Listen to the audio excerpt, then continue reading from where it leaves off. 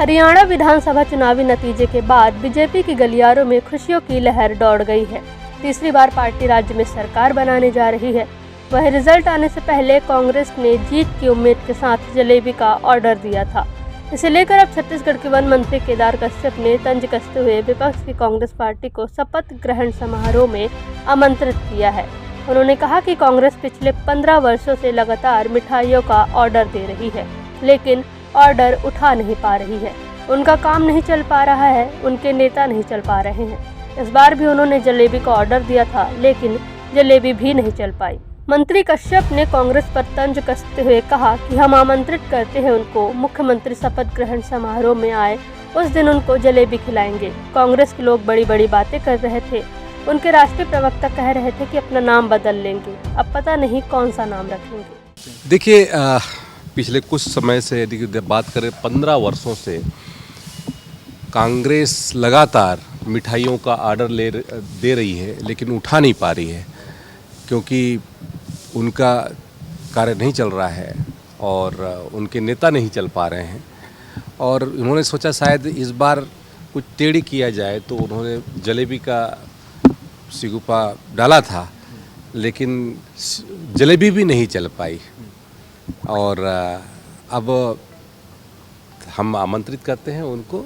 हमारे माननीय मुख्यमंत्री जी हरियाणा के शपथ लेंगे, उस दिन उनको अवश्य जलेबी खिलाई जाएगी। इसी के साथ उन्होंने सहकारिता विभाग की बैठक को लेकर क्या कुछ कहा, सुनिए।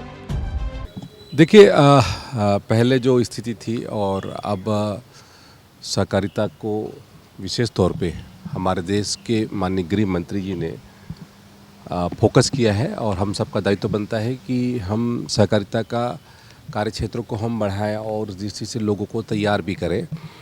अभी जैसे कि माननीय गृह मंत्री जी ने कहा है कि केवल हम धान खरीदी तक सीमित न रहें, हमारा मत्स्य पालन हो, डेयरी उद्योग हो या लघु वनोपज की दृष्टि से भी हम अपने आप को साबित करें। और वैसे तो कर ही रहे हैं, लेकिन और उसको बड़े स्केल पे हमको करना है, उस दृष्टि से हम लोग इसमें कार्य योजना बनाए हैं।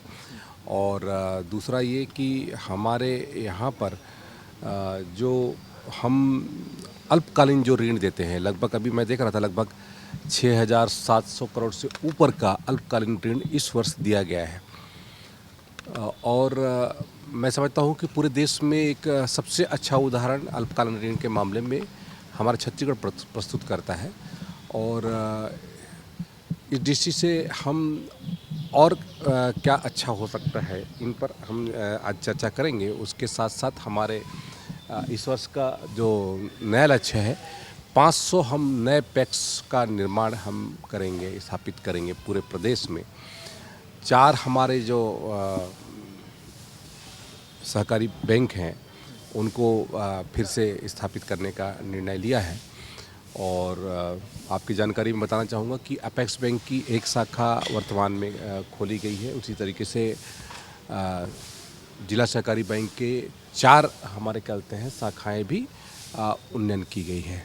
तो इस तरीके से सरकार पूरी तरीके से कोऑपरेटिव को लेकर के योजना बना करके उसको ज़मीनी स्तर पर ले जा करके हमारे किसानों को, हमारे वनवासी भाइयों को, दूध पालकों को, मत्स्य पालकों को, इनको जोड़ने का काम कर रही है।